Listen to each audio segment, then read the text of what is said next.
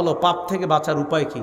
প্রথম আলোচনার চেয়ে এটা গুরুত্বপূর্ণ আলোচনা বেশি, দ্বিতীয় অংশটা পাপ থেকে বাঁচার কি উপায়। পাপ থেকে বাঁচার অনেকগুলা উপায় আপনাদের সামনে বলবো ইনশাআল্লাহ। এর মধ্যে আজকে নির্বাচিত 15টা উপায় বলবো। কয়টা? 15টা। তাহলে মাথাটা এখন আবার ঠান্ডা করেন, সবাই মনোযোগ দিয়ে শুনেন, যেন এদিক সেদিক মাথা না যায়। একটু মনে রাখবেন, বাসায় গিয়ে আরেকজনের দাওয়াত দিবেন। 1 নাম্বার, খাঁটি তওবা করা। কি করা? 28 পারা 20 নম্বর পৃষ্ঠা, হাফিজি কোরআন মাজিদ অনুযায়ী শেষ পৃষ্ঠা, 20 নম্বর পৃষ্ঠা। আল্লাহ বলেন সূরা তাহরিমের 8 নম্বর আয়াত, ইয়া আইয়ুহাল্লাযীনা আমানু তুবু ইলাল্লাহি তাওবাতান নাসুহা। হে ঈমানদারগণ, তোমরা আল্লাহর কাছে খাঁটি তওবা করো। কি লাভ? আসা রব্বুকুম আইয়ুকাফিরা আনকুম সাইয়্যাতিকুম, আশা করা যায় তোমাদের রব তোমাদের সমস্ত পাপ সমূহ ক্ষমা করে দিবেন। খাঁটি তওবা করলে সমস্ত পাপ আল্লাহ মাফ করে দিবেন। আর কি লাভ? ওয়ায়ুদখিলাকুম জান্নাত, মরণের পর অনন্ত চিরস্থায়ী জায়গা, চিরস্থায়ী বসবাসের জায়গা জান্নাতের মেহমান বানায়া দিবেন। ওয়ায়ুদখিলাকুম, প্রবেশ করাবেন তোমাদেরকে, জান্নাতিন, চিরস্থায়ী বসবাসের ঠিকানা জান্নাতে। ইবনে মাজাহ হাদিসের কিতাব 4250 নম্বর হাদিস। এই হাদিসের বর্ণনা, ক্বালা রাসূলুল্লাহি সাল্লাল্লাহু আলাইহি ওয়াসাল্লাম আত-তাইবু মিনাজ যামবি কামান লা যামবালা। নবী বলেন, গুনাহ থেকে তওবাকারী এমন হয়ে যায় যেন তার কোনো গুনাহ নাই। গুনাহ থেকে তওবাকারী এমন হয়ে যায় যেন তার কোনো গুনাহ নেই। ইবনে মাজার 4251 নম্বর হাদিস, ক্বালা রাসূলুল্লাহি সাল্লাল্লাহু আলাইহি ওয়াসাল্লাম কুল্লু বনি আদম খাত্তাউন ওয়া খায়রুল খাত্তাইনা আত-তাওয়াবুন। নবী বলেন, সমস্ত আদম সন্তান সাধারণত কম বেশি পাপ করে। এই পাপীদের মধ্যে তারাই হলো সবচেয়ে উত্তম যারা তওবা করে। আদম সন্তান পাপ করবে, এটাই স্বাভাবিক। নবী বলেন, এই পাপীদের মধ্যে যারা তওবা করবে আমি নবী তাদেরকে সর্বোত্তম বলে ঘোষণা করলাম। পাপ আমাদের হয়, কম বেশি পাপ হয়। পাপীদের মধ্যে যারা তওবা করে, নবীজির ভাষায় তাদেরকে রাসূল সাল্লাল্লাহু আলাইহি সাল্লাম শ্রেষ্ঠ বলেছেন, খায়র বলেছেন, উত্তম বলেছেন। শোনো, তোমাদের পাপ হবে, তোমাদের মধ্যে তারা উত্তম, তারা দামি যারা বেশি তওবা করে। হাদিসের কিতাব ইবনে মাজাহ 4253 নম্বর হাদিস। এই হাদিসের অনুবাদটা মন দিয়ে শোনেন কি কয়, ইন্নাল্লাহা লা ইয়াকবালু তাওবাতাল আবদি মা লাম ইউগারগির। আল্লাহ বান্দার তওবা ততক্ষণ কবুল করেন যতক্ষণ প্রাণ কণ্ঠাগত না হয়। প্রাণটা কণ্ঠাগত না হয়, এই যে বের হবে হবে হয়ে যাচ্ছে, হবে এখন, ততক্ষণ পর্যন্ত তার তওবা কবুল করেন। এখন আপনারা এক কাজ করবেন, এই অপেক্ষা বসে থাকবেন, হুজুর তাহলে প্রাণ যখন এখানে আসবে তখন তওবা করুন, কারণ আপনারা তো জানেন কবে এটা আসবে। তাহলে নাউজুবিল্লাহ, এরকম না, বরং আগামীকাল না, এখনই মনে মনে সবাই তওবা করে ফেলেন, আল্লাহ আমারে মাফ করে দেন, তওবা করে ফেলেন মনে মনে এখনই। কাউরে বলা দরকার নাই, আপনি এখনই তওবা করেন। কিছু বিষয়ে দেরি করবেন না, এর মধ্যে একটা হলো তওবা। আপনারে কেউ গিয়ে নামাজের দাওয়াত দিছে, ভাই চলেন না নামাজটা পড়ে আসেন, আসর নামাজ, এটা বললেন না আগামীকাল পড়বো। আপনি আসরের নামাজটা আজকে পড়েন, আগামীকাল বাঁচবেন, এটার নিশ্চয়তা কোথায়? আল্লাহ আমাদেরকে কথাগুলা বোঝার তৌফিক দান করেন। তিরমিজি শরীফের একটি হাদিস শুনেন, 3538 নম্বর হাদিস। মুসলিম শরীফে হাদিসটা অনেক বড় আসছে, আর তিরমিজি শরীফে হাদিসটা শর্টে আসছে। এক ব্যক্তি সফরে বের হয়েছে, তার সাথে বাহন আছে, খানা আছে, পানি আছে, পাথেও আছে সফরের। এই লোকটা সফর করতে করতে হঠাৎ এক জায়গায় তার ক্লান্তি আসছে। ক্লান্তি দূর করার জন্য এক জায়গায় সফর বিরতি দিস। বিরতি দেওয়ার পর একটু বিশ্রাম নিবে, ওই টাইমে তার চোখ লেগে গেছে। চোখ লাগার পর হঠাৎ চোখ খুলছে, চোখ খোলার পর দেখে তার বাহনটা নাই, তার খানা নাই, তার পানি নাই। সফরে যাওয়ার জন্য যে তার পাথেও ছিল, সফরের সামগ্রী ছিল, এইগুলা সব নাই। এই লোকটা এত পেরেশান হয়ে গেল, চিন্তায় পড়ে গেল, আমি কি বাসায় ফিরে যাব না যেখানে সফরে রওনা করলাম সেখানে যাব। চিন্তা করলো বাড়িতে যদি ফিরে যাই তাও মারা যাবো না খাইতে না খাইতে, সফর যেখানে রওনা করছি সেখানেও যদি যাই তাও মারা যাবো না খাওয়া, কারণ খানাও নাই পানিও নাই। একটা মানুষ কতদিন না খায়া আর পানি ছাড়া থাকতে পারে? তো এই ব্যক্তি সিদ্ধান্ত নিল, যাক মরণ যখন হবে এখানেই মরি। তো উনি মরার জন্য ওখানেই আবার বসে গেছে। বসার পর হঠাৎ চোখে ঘুমাইছে পড়ছে, আবার ঘুমাইছে। ঘুম থেকে চোখ খুলছে, হঠাৎ চোখ খোলার পর দেখে তার হারিয়ে যাওয়া বাহন, খানা, পানি, সফরের যে সামগ্রী নিয়ে ওই বাহনটি উপস্থিত হয়ে গেছে। খুশিটা কেমন হবে বলেন? হ্যাঁ, রসুল হাদিসের মধ্যে বলছে বিশিদ্দাতিল ফারহি। বিশিদ্দাতিল ফারহির অনুবাদ হলো খুশির অতিশয্যে। আর আমাদের কুমিল্লার বাংলাটা হলো খুশির ঠেলায়। আমরা কি বলি? খুশির ঠেলায়। মানে হাদিসের সুন্দর বাংলা হলো খুশির অতিশয্যে, আমাদের দেশীয় ভাষা হলো খুশির ঠেলায়। ওই লোকটা আল্লাহরে বলতেছে, আল্লাহুম্মা আনতা আবদি ওয়া আনা রব্বুকা। আল্লাহ তুমি হলো আমার বান্দা, আমি তোমার রব। বুঝছেন নি কিছু? কথা কি সঠিক না উল্টো হয়েছে? নবীজি বলেন খুশির কারণে ওই লোকটার মাথা ঠিক নাই। লোকটা কিন্তু মনের কথা বলে নাই, এটা কিন্তু লোকটা মুখ দিয়ে বলছে। তার মনের কথা হলো, আল্লাহ আপনি আমার প্রকৃত রব, আপনি আমার আসলেই রব, এটা হলো তার মনের কথা। আর আমি আপনার গোলাম, এটা হলো মনের কথা। খুশির ঠেলায় খুশির কারণে বলে, আল্লাহ আপনি আমার গোলাম, আমি আপনার রব। আসলে কিন্তু ওর মাথা ঠিক নাই, এত খুশি। নবীজি বলেন, আল্লাহু আফরাহু বিতাওবাতি আহাদিকুম মিন আহাদিকুম বিদাল্লাতিহি ইযা ওয়াজাদাহা। তোমাদের কেউ হারিয়ে যাওয়া বাহন ফিরে যাওয়ার পর যেই পরিমাণ খুশি হয়, তোমাদের কেউ যদি তওবা করো, ওই তওবার কারণে আল্লাহ পাক রব্বুল আলামিন ওই হারিয়ে যাওয়া বাহন ফিরে পাওয়া ব্যক্তির চাইতে কোটি গুণ বেশি খুশি হয়ে যায়। বেটা এত খুশি হইস, খুশিতে যে কি বলছে মাথা ঠিক নেই।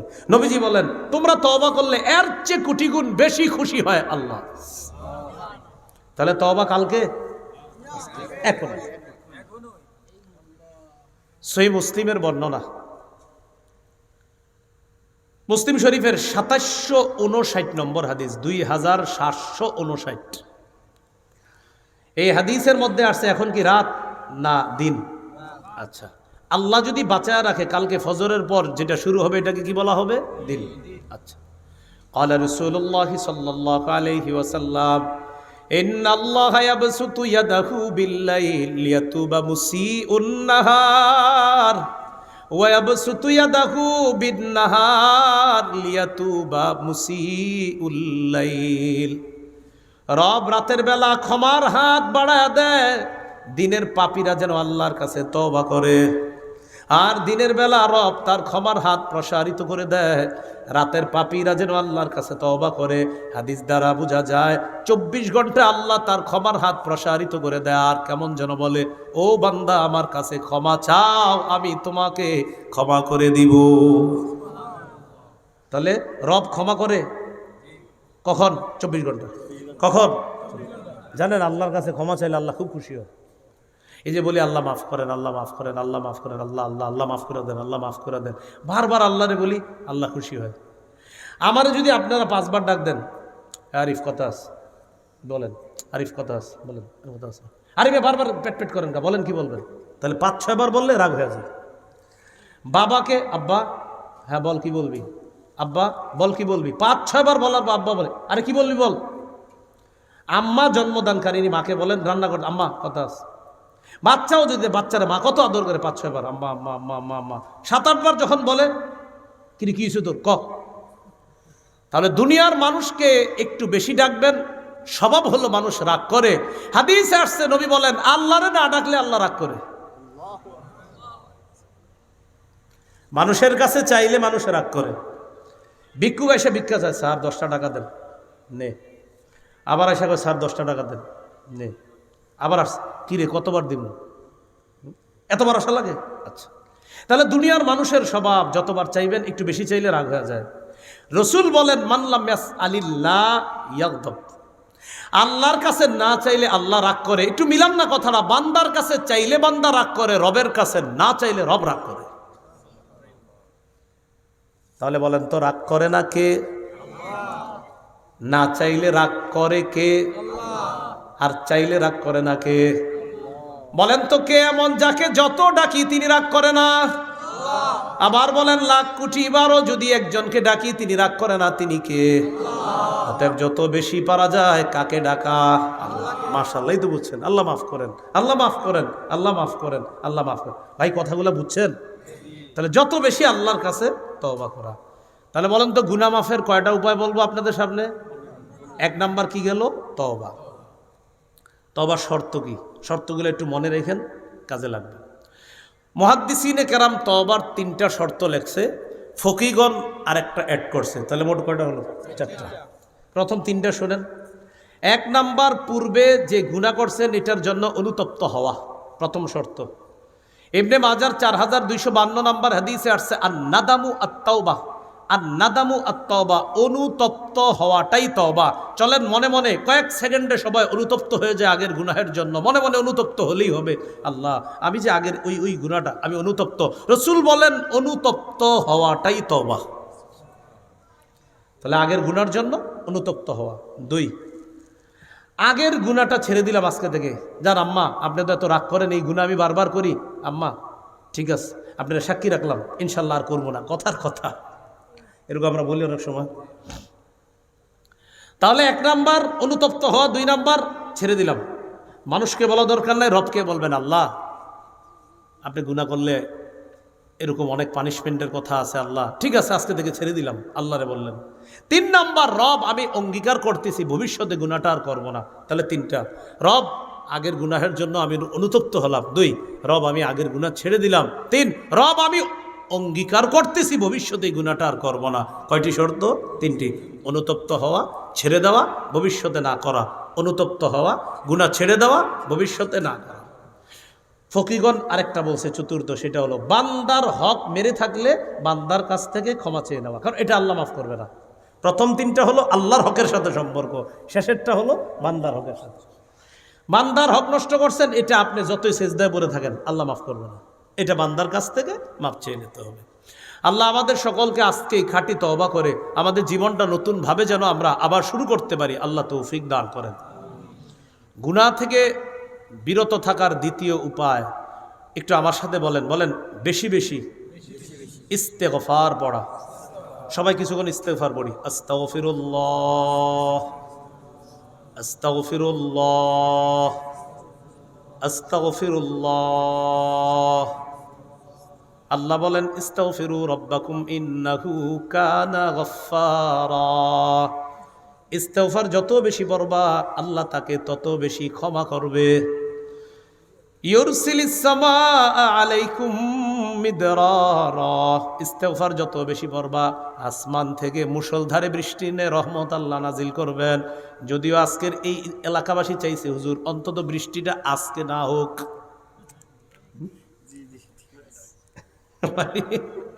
যারা মাহফিল করে ওই এলাকাবাসী খালি চায় আল্লাহ আপনি বৃষ্টিটা আগে পরে দিয়ে দেন না, আমগো মাহফিলের দিন দিয়েন না। তো যাই হোক, ইস্তেগফার পড়লে 2 নাম্বার মুষলধারে বৃষ্টির ন্যায় রহমত আল্লাহ নাজিল করেন।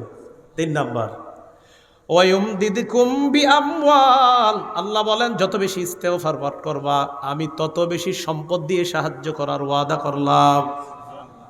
4 নাম্বার ওয়াবানিনা। সন্তান নাই, তন্ত্র মন্ত্রের কাছে না গিয়ে আমার কাছে ইস্তেগফার পাঠ করো।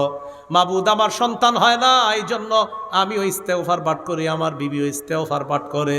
আল্লাহ বলেন সন্তান দিয়ে সাহায্য করার ওয়াদা করলাম। সন্তান, এরপরেও যদি সন্তান না হয় আপনাদের, ব্যাস বুঝবেন এটার মধ্যেই করলাম। জান্নাতে যদি যান স্বামী স্ত্রী সন্তান হয় নাই, আপনাদের জান্নাতে গিয়ে যদি মন চায় আমাদের সন্তান হবে, সেখানে সন্তান হবে। তিরমিজির বর্ণনা আসছে, নবীজি বলেন জান্নাতের মধ্যে ইজাস্তাহাল ওয়ালাদা, কোনো ব্যক্তি যদি চায় বাবু আমার একটা সন্তান দরকার, কানা ওয়াদউহু, দেখেন কানা হামলুহু ওয়া ওয়াদউহু ওয়া সিন্নুহু ফি সাআতিন ওয়াহিদা, তার বিবি নগদ গর্ভবতী হবে, নগদ তার বিবির সন্তান হবে, নগদ তার বিবির ওই সন্তানটা বড় হয়ে যাবে। আসসালামু আলাইকুম, আব্বা কেমন আছেন? সাথে সাথে জান্নাতের আসসালামু আলাইকুম, এটা হাদিসে নাই, এটা আমি বললাম আর কি। সাথে সাথে তার বিবি গর্ভবতী হবে, সাথে সাথে সন্তান হবে, সাথে সাথে সন্তান বড় হয়ে যাবে। তিরমিজির বর্ণনা। তাহলে হ্যাঁ অবশ্যই মাশাআল্লাহ, আল্লাহ যা চায় এটাই, ওই উনি সুন্দর কথা বলছে, কোরআনে আছে ফিহা মা তাশতাহি আনফুসুকুম, যা চায় সেটাই হবে। তো এই জন্য এই কথা শোনার পর আপনার ওই এক জায়গায় আর কি আমার একজনে বলে ফেলছিল হুজুর সন্তান হবে কিনা, ঘটনাচক্রে আমি হ্যাঁ সন্তানও তো হবে। তা আপনাদের এনে মনে বললো সন্তান হবে, আমি হ্যাঁ তিরমিজির হাদিসে আছে, নবী বলছে সন্তান চাইলে সন্তানও হবে। তাহলে আমাদের আলোচনা চলতেছে ইস্তেগফার, 2 নম্বর গুনাহ মাফের উপায়। তো ইস্তেগফারের 1 নম্বর উপকার, যত বেশি ইস্তেগফার পড়বেন গুনাহ ঝরতে থাকবে। আমরা যে আজকে 4 বার 5 বার বললাম, বিশ্বাস করেন প্রতিবারে আল্লাহ আমাদের গুনাহ মাফ করছে, গুনাহ মাফ করছে। আপনাদেরকে একটা বুদ্ধি শিখাই। বাজারে গেছে তো রাত অনেক হয়ে গেছে, প্রায় 1টা বাজে গেছে কথার কথা, বা কোনো জায়গায় মাহফিলে গেছেন 1টা বাজে গেছে। ঘটনাচক্রে আপনি এমন এলাকায় যাবেন মাহফিল থেকে, যে এলাকার থেকে বেশি মানুষ মাহফিলে আসে নাই, তো হঠাৎ দেখেন কি আপনি একা যাইতে হবে, 1.5 কিলো রাস্তা আছে এখনো আপনার বাড়ি পর্যন্ত, কোনো গাড়ি পাচ্ছেন না, অটো পাচ্ছেন না। এই মুহূর্তে কি করবেন বলেন তো? হাইটা যাবেন? বলেন পা ঝাড়ু দিয়ে, কি দিয়ে যেতে? পা ঝাড়ু দিয়ে যেতে হবে, পা ঝাড়ু না, পা ঝাড়ু দিয়ে যেতে হবে। এখন এই যে পা ঝাড়ু দিয়ে যাবেন, সেটার জন্য শক্তি খরচ হয়। হ্যাঁ, হাঁটতে কি শক্তি খরচ হয় না? এক বুদ্ধি করবেন, আল্লাহ আপনি কোরআনে বলছেন ইস্তেগফার বললে শক্তি বাড়ে, যেহেতু আমি বাড়িতে যাইতে 1.5 কিলো রাস্তা হাঁটতে হবে, প্রথমে 10 বার 20 বার 50 বার যতবার পারেন ইস্তেগফার পড়বেন এই নিয়তে। আল্লাহ কোরআনে আপনি এক জাতিকে বলছেন ইস্তেগফার পাঠ করো, ইয়াজিদকুম কুওয়াতান ইলা কুওয়াতিকুম, ইস্তেগফার পড়ো, আমি তোমাদের বর্তমান শরীরে যে শক্তি, এই শক্তির সাথে আরো শক্তি অ্যাড করে দিব। আল্লাহ আপনি কোরআনে বলছেন শক্তি বাড়ে ইস্তেগফারে, আমি ইস্তেগফার বললাম, এই যে হাঁটবো আমার শক্তি খরচ হবে, আপনি শক্তি অ্যাড করে দেন। ভাই কোরআনে বলছে ইস্তেগফার বললে শক্তি বাড়ে, তো কেন আমি আপনি বলবো না? মা বোনরা কাপড় ধুইতেছে, কাপড় ধুইতেছে, শক্তি খরচ হয়নি? বুদ্ধি দিয়ে দেন যে শক্তি খরচ হবে, তুমি তো কি করবা, খাটের উপরে গিয়ে হয়তো কি করে মা বোনরা যে ওহ ক্লান্ত হয়ে গেছে, এরা কি করে খাটের উপরে হয়তো আপনার যাওয়ার পরে রিমোটটা হাতে নিয়ে হয়তো কিছু করে, কথার কথা। তা আপনি বলবেন না রিমোট হাতে নিও না, শক্তি খরচ হয়েছে, এবার খাটের উপরে বসছো, ফ্যান ছাড়ছো, আস্তে ধীরে কয়েকবার ইস্তেগফার পাঠ করো, যেই শক্তি খরচ হয়েছে এটার ঘাটতি আল্লাহ পূরণ করে দেবে। কোরআনে আল্লাহ বলে দিচ্ছে। তো এরপরে আমরা না শক্তি সঞ্চয় করতে চাই না। তাহলে ইস্তেগফারে গুনাহ মাফ হয়, ইস্তেগফারে সম্পদ বাড়ে, ইস্তেগফারে রহমতের বৃষ্টি আসে, ইস্তেগফারে শক্তি বাড়ে, ইস্তেগফারে আল্লাহ বলেন ওয়া জাআলনাকুম জান্নাত, ও কৃষকরা তোমরা কোথায়, বাগান দরকার, উদ্যান দরকার, আমের বাগান করবা, ফলের বাগান করবা, ইস্তেগফার পড়ো। এক জাতিকে আল্লাহ ওয়াদা করছে আমি তোমাদেরকে দুনিয়াতে ফল মূলের বাগান উদ্যান দেওয়ার ওয়াদা করলাম। পড়বনি? তাহলে একটু আবার মহব্বতের সাথে বলি, এবার যার যার নিয়ত আছে ওই নিয়তে পড়া শুরু করেন। আস্তাগফিরুল্লাহ, আস্তাগফিরুল্লাহ। আল্লাহ আমাদেরকে বেশি বেশি আমল করার তৌফিক দান করেন। গুনাহ মাফের 3 নাম্বার উপায়, এটা আমার সাথে বলতে হবে, বলেন ক্ষমার আশায় আল্লাহর কাছে বারবার ক্ষমা চাওয়া। আল্লাহ বলে, বলেন আল্লাহ বলে বান্দা ক্ষমার আশায় যতবার ক্ষমা চাও ততবার আমি মাফ করে দিই। বলেন এতে আমি আল্লাহ কারো পরোয়া করি না। তিরমিজির বর্ণনা 3540 নম্বর হাদিস, হাদিসে কুদসির মধ্যে আল্লাহ বলেন ইয়াবনা আদম ইন্নাকা মা দাউতানি ওয়া রাজাউতানি গফারতু লাকা আলা মা কানা ফিকা ওয়ালা উবালি। হে আদম সন্তান, ক্ষমার আশায় তুমি আমাকে যতক্ষণ ডাকবা আমি ততক্ষণ তোমাকে ক্ষমা করতেই থাকবো, এতে আমি আল্লাহ কারো পরোয়া করি না। তাহলে কিসের আশায় আল্লাহকে আজকে থেকে ডাকবো? আল্লাহ মাফ করেন, আল্লাহ মাফ করেন। আল্লাহুম্মা গফিরলি, আল্লাহুম্মা গফিরলি, আল্লাহুম্মা গফিরলি, আল্লাহুম্মা গফিরলি। অথবা কোরআনের ওই দোয়াটা পড়তে পারেন, রব্বি গফির ওয়ারহাম, রব্বি গফির ওয়ারহাম ওয়া আনতা খায়রুর রাহিমিন, রব্বি গফির ওয়ারহাম ওয়া আনতা খায়রুর রাহিমিন। 18 পারা 8 নম্বর পৃষ্ঠা, সূরা মুমিনুনের একদম শেষ আয়াতটা হাফিজি কোরআন মাজিদে দেখে নেবেন। আজকে বাসায় গিয়ে দোয়াটা শিখবেন, রব্বি গফির ওয়ারহাম ওয়া আনতা খায়রুর রাহিমিন। রব আমাকে মাফ করেন, অরহাম আমারে দয়া করেন, আপনি তো শ্রেষ্ঠ দয়ালু। আল্লাহ শিখিয়ে দিচ্ছে। সুবহানাল্লাহ। কিসের আশায় রবকে ডাকবো? ক্ষমার আশা। এগুলো 3 নাম্বার। 4 নাম্বার গুনাহ মাফের উপায়, রাসূলুল্লাহ সাল্লাল্লাহু আলাইহি সাল্লামের আনুগত্য করা। তো এই যুগে নবীর আনুগত্য করা মানে রাসূলের সুন্নতের আনুগত্য করা, অনুসরণ করা। সূরা আলী ইমরানের 31 নম্বর আয়াতে আল্লাহ বলেন, কুল ইন কুনতুম তুহিব্বুনাল্লাহ ফাত্তাবিউনি ইউহিব্বুকুমুল্লাহ ওয়া ইয়াগফির লাকুম যুনুবাকুম। নবী আপনি বলেন, যদি তোমরা আল্লাহকে ভালোবাসো তাহলে আমার অনুসরণ করো। উপকার কি? আল্লাহ তোমাদেরকে ভালোবাসবেন, তোমাদের গুনাহগুলা মাফ করে দিবেন। আমরা যদি সুন্নতের অনুসরণ করি আল্লাহ আমাদেরকে ভালোবাসবে, আল্লাহ আমাদের গুনাহগুলা মাফ করে দিবে। গুনাহ মাফের 5 নাম্বার উপায়। এই উপায়টা জানার পর মানে একটু শিখে আমরা আমলটা কারা কারা করবো হাত তুলে দিয়ে অঙ্গীকার করতে হবে। সহজ একদম, বাকি শিখতে হবে। ওলামা হজরতদের শিখার আছে, অন্যরা আপনারা শিখে নেবেন। ওলামা হজরতরা এটা সহজে শিখে ফেলছে। বলেন আজান দেওয়া, আজান দেওয়া তো বিশুদ্ধভাবে সব আলেমরা পারে। যাদের আজান শুদ্ধ নাই তারা বিশুদ্ধভাবে আজানটা শিখা এই এলাকার কোনো মসজিদে গিয়ে চান্স নেবেন, মুয়াজ্জিন সাহেবের গিয়ে বলবেন আজকে আমার একটু চান্স দেন। কেন? আল্লাহ রসুল হাদিসে বলছে আজানের আওয়াজ যতটুকু যায় অতটুকু মাফ করে দেওয়া হয়। আবু দাউদের 515 নম্বর হাদিস, রাসূলুল্লাহ সাল্লাল্লাহু আলাইহি সাল্লাম বলেন, আল মুআযযিনু ইউগফারু লাহু মাদা সাউতিহি, মুয়াজ্জিনের আজানের আওয়াজ যেই পরিমাণ যায় এই পর্যন্ত তাকে ক্ষমা করে দেওয়া হয়। ওয়া ইয়াশহাদু লাহু কুল্লু রাতবিন ওয়া ইয়াবিস, মুয়াজ্জিনের আওয়াজ যতটুকু যায় এই জায়গার মধ্যে যত শুষ্ক ভিজা যা কিছু আছে কিয়ামতের মাঠে সব কিছু মুয়াজ্জিনের পক্ষে আল্লাহর কাছে সাক্ষী দিবে। আজান শিখবেন নি? না, আপনার আজান দেন না। কয় কি করো তুমি? তো উনিও লজ্জায় করে আমি মুয়াজ্জিনি করি, মানে মুয়াজ্জিনি এটা লজ্জা। নাউজুবিল্লাহ।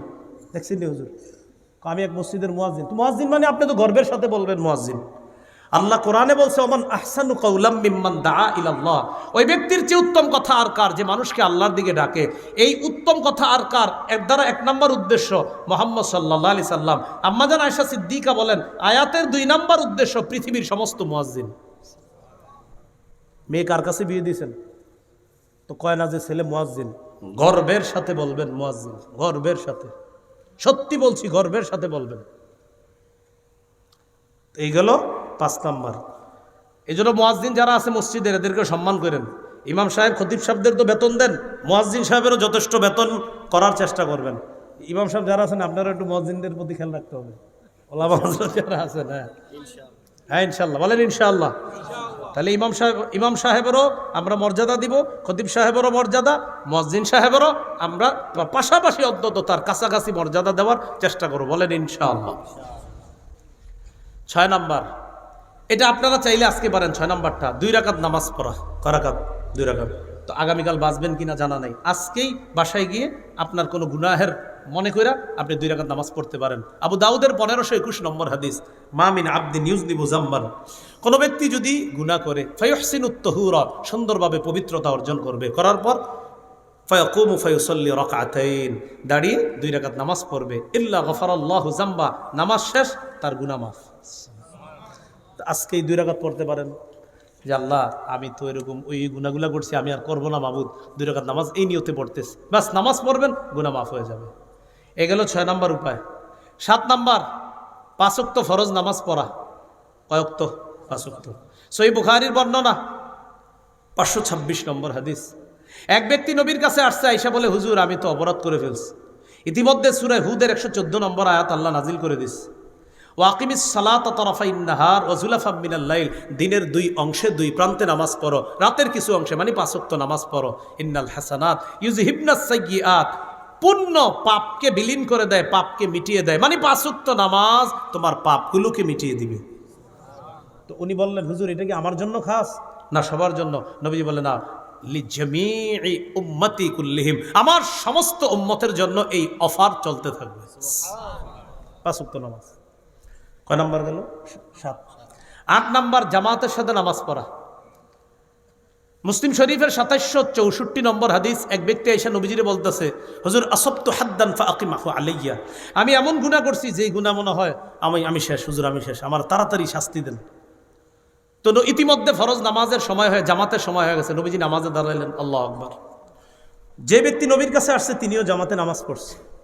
নামাজ শেষ হওয়ার পর উনি বললেন, হুজুর আমার ব্যাপারটা, ওই যে গুনাহ করছি, কেমনে মাফ হইব? নবীজি বললেন, আহাদারতাস সালাতা মানা, আমাদের সাথে জামাতে নামাজ পড়ছো? কয় জি। নবীজি বললেন, গুফির লাকা, জামাতে নামাজ পড়ছো, তুমি যে অপরাধের কথা আমার কাছে নিয়ে আসছো মাফ হয়ে গেছে।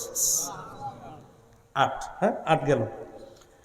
গুনাহ মাফের উপায় 9 নম্বর উপায়, এটা একটু আমার সাথে বলেন। পাপ হয়ে গেলে সাথে সাথে একটি ভালো কাজ করব। পাপ হয়ে গেলে সাথে সাথে একটি ভালো কাজ করব। তিরমিজির বর্ণনা 1987 নম্বর হাদিস, নবী তার সাহাবী আবু যর গিফারিকে বলেন, আবু যর ইত্তাকিল্লাহ হাইসুমা কুনতা, যেখানে থাকো আল্লাহকে ভয় করো, ওয়া আতবিইস সাইয়্যাতাল হাসানাতা, একটা গুনাহ হয়ে গেলে সাথে সাথে একটা ভালো কাজ করবা, তোমার ওই ভালো কাজটা আশা করি তোমার মন্দ কাজটাকে মিটাইয়া দিবে। 10 নম্বর, জিকিরের মজলিসে বসা। আপনারা এখন যেখানে বসা এটা জিকিরের মজলিস। পুরাটা মজলিস ফেরেশতারা বেষ্টন করে প্রথম আসমান পর্যন্ত গেছে। ফেরেশতাদেরকে আল্লাহ লম্বা আলোচনার পর শেষে বলে, ইশহাদু আন্নী কদ গফারতু লাহুম, সাক্ষী থাকো আমি তাদেরকে মাফ করে দিলাম। 11 নম্বর, জিকির করা। মনে রাখেন 10 আর 11টা একটু পার্থক্য। 10 হলো জিকিরের মজলিসে বসা, আর 11 নম্বর জিকির করা। 10 নম্বরের দলিল দিইনি। 10 নম্বরের দলিলটা হলো সহিহ বুখারীর 6408 নম্বর হাদিস। আর 11 নম্বর জিকির করা দলিল বুখারীর 6405 নম্বর হাদিস। এই হাদিসের মধ্যে আসছে, রাসূল সাল্লাল্লাহু আলাইহি সাল্লাম বলেন, মান সাব্বাহাল্লাহ, কোন ব্যক্তি যদি তাসবিহ পাঠ করে, অথবা মান ক্বালা ফিল ইয়াউমি সুবহানাল্লাহি ওয়া বিহামদিহি মিআতা মাররা, একটু পড়েন সুবহানাল্লাহ, সুবহানাল্লাহি ওয়া বিহামদিহি, সুবহানাল্লাহি ওয়া বিহামদিহি, সুবহানাল্লাহি ওয়া বিহামদিহি, বাস এটুকুই 100 বার। কয়বার? এটা যদি কেউ নিয়মিত 100 বার পরে, হুত্তাত খাতায়াহু ওয়া ইন কানাত মিসলা জাবাদিল বাহরি, সমুদ্রের ফেনা পরিমাণ গুনাহ মাফ। না আপনারা পড়েন না, নামাজের আগে মসজিদে যাবেন, খালি গল্প করবেন, ছোট মেয়েটার বিয়ে হয়েছিনি, বড়টার বিয়ে হয়েছিনি, এই গল্প চলবেন। কি ক্ষেতের কি অবস্থা, সার দিছনি, এইগুলো আলাপ করে মসজিদে বসে।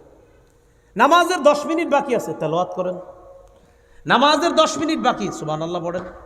নামাজের 10 মিনিট বাকি, আস্তাগফিরুল্লাহ পড়েন। এইগুলা না করে আপনার কি অবস্থা, আপনার ক্ষেত্রেদের কি খবর? আরে ভাই কেন এইগুলা বলেন? আমরা অযথা কথা বলবো না, বলেন জিকির করব। বলেন কি করব?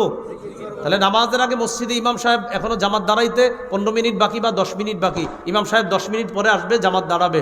এই 10টা মিনিট 15 মিনিট আমরা যে মসজিদে বসে থাকবো, সবাই বলেন ইনশাল্লাহ কি করব?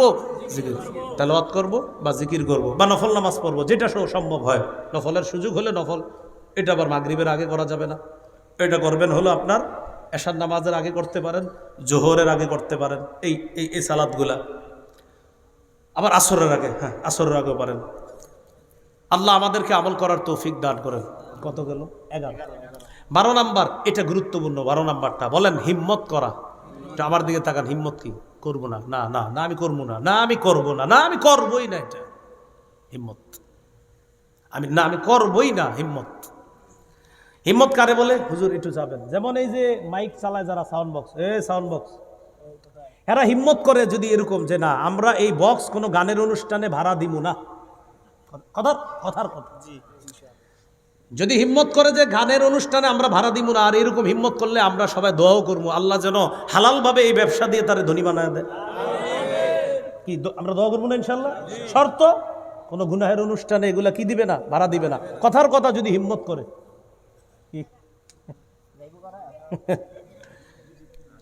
এই হিম্মত করা যে আমি এটা করবো না, এটা গুরুত্বপূর্ণ। 12 নম্বর, মুসলিমের বর্ণনা, আল মুমিনুল কবিয়্যু খায়রুন ওয়া আহাব্বু ইলাল্লাহ মিনাল মুমিনিদ দাঈফ। এই দুইজন আমরা, উনি গুনাহ করে না আমি করি। উনি শক্তিশালী ইমানদার, আমি দুর্বল। নবী বলেন শক্তিশালী ইমানদারের দাম আল্লাহর কাছে দুর্বল ইমানদারের চাইতে অনেক বেশি। 12 গেল। 13 নাম্বার বলেন এই নিয়ত করা গুনাহের সুযোগ আসলেও গুনাহ করব না ইনশাআল্লাহ। গুনাহের সুযোগ আসলেও গুনাহ করব না। রাসূলুল্লাহ সাল্লাল্লাহু আলাইহি সাল্লাম বলেন মান হাম্মা বিসাইয়্যিআ ফালাম ইয়ামালহা, কেউ যদি গুনাহের নিয়ত করে সুযোগ পেয়েও যদি গুনাহটা না করে, কাতাবাহাল্লাহু লাহু ইনদাহু হাসানাতান কামিলা, আল্লাহ তাআলা পরিপূর্ণ একটা সওয়াব দান করবেন। 14 নাম্বার বলেন পাপ ছেড়ে দেওয়ার উপকারিতা জেনে পাপ ছেড়ে দেওয়া, মানে পাপ ছাড়লে এই উপকার এটা যাই না, পাপ ছেড়ে দেওয়া। যেমন সূরা নাজিআতের 39-40 নম্বর আয়াত, আপনার 30 নম্বর পারা 4 নম্বর পৃষ্ঠা শুরুতে আছে, আম্মা মান খাফা মাকামা রাব্বিহ ওয়া নাহান নাফসা আনিল হাওয়া ফাইন্নাল জান্নাতা হিয়াল মাওয়া। যে ব্যক্তি রবের সামনে দাঁড়ানোর ভয় করে আর এই ভয়ে সে কুপ্রবৃত্তি থেকে নিজেরে বাঁচায়, গুনাহ ছেড়ে দেয়, তার ঠিকানা তো জান্নাত। 15 নম্বর আজকের সর্বশেষ কথা বলেন গুনাহের ভয়াবহতা জেনে, পাপের ভয়াবহতা জেনে পাপ ছেড়ে দেওয়া। তাই 14-15টা একটু মুখস্থ রাখবেন, পারলে এটা লেখা অন্যদেরকে বোঝায় দিবেন যে পাপ ছাড়ার উপকারিতা জেনে পাপ ছেড়ে দাও, পাপ করার ভয়াবহতা জেনে পাপ ছেড়ে দাও, পাপ ছাড়ার উপকারিতা জেনে পাপ ছেড়ে দাও, পাপ করার ভয়াবহতা জেনে পাপ ছেড়ে দাও। পাপ করার ভয়াবহতা এটা সূরা হাসরে আছে, হুয়াল্লাহুল্লাযী, ওই আয়াতটা একদম আগে দেখবেন, সূরা হাসরে 19 নম্বর আয়াত, ইত্তাকুল্লাহ ওয়াল তানজুর নাফসুম মা কদ্দামাত লিগাদ ওয়াত্তাকুল্লাহ। এই আল্লাহকে ভয় করো, আগামীকালকের জন্য কি পাঠাইছো একটু চিন্তা করো। আগামীকাল মানে ওই যে মরে যাবা, মরে যাওয়াটাই আগামীকাল, তখন ওই আগামীকালের জন্য কি পাঠাইলা সেটা কিন্তু একটু চিন্তা করবা। তাহলে আপনার টেনশনে আনা আমি কি ভালো করছি না পাপ করছি, সর্বনাশ যদি পাপ করি তো ভয়াবহ অবস্থা হবে আমার। তাহলে 14-15 নাম্বারটা আমরা বন্ধুদের কাছে ওইটা বলে দিব, শোনো বন্ধু, পাপ ছাড়ার উপকারিতা জেনে পাপ ছেড়ে দাও, পাপ করার ভয়াবহতা জেনে পাপ ছেড়ে দাও। আল্লাহ আমাদের সকলকে, প্রথম অংশে জানলাম কিছু পাপের কথা, দ্বিতীয় অংশে জানলাম পাপ ছাড়ার উপায় কিভাবে। আল্লাহ আমাদেরকে টোটাল আলোচনাটার উপর আমরা সবাই যেন পাপ মুক্ত জীবন যাপন করে কবরে গিয়ে আল্লাহর জান্নাতে সবার সাথে যেন আবার দেখা করতে পারি। আল্লাহ তৌফিক দান করেন। সুবহানাল্লাহি ওয়া বিহামদিহি।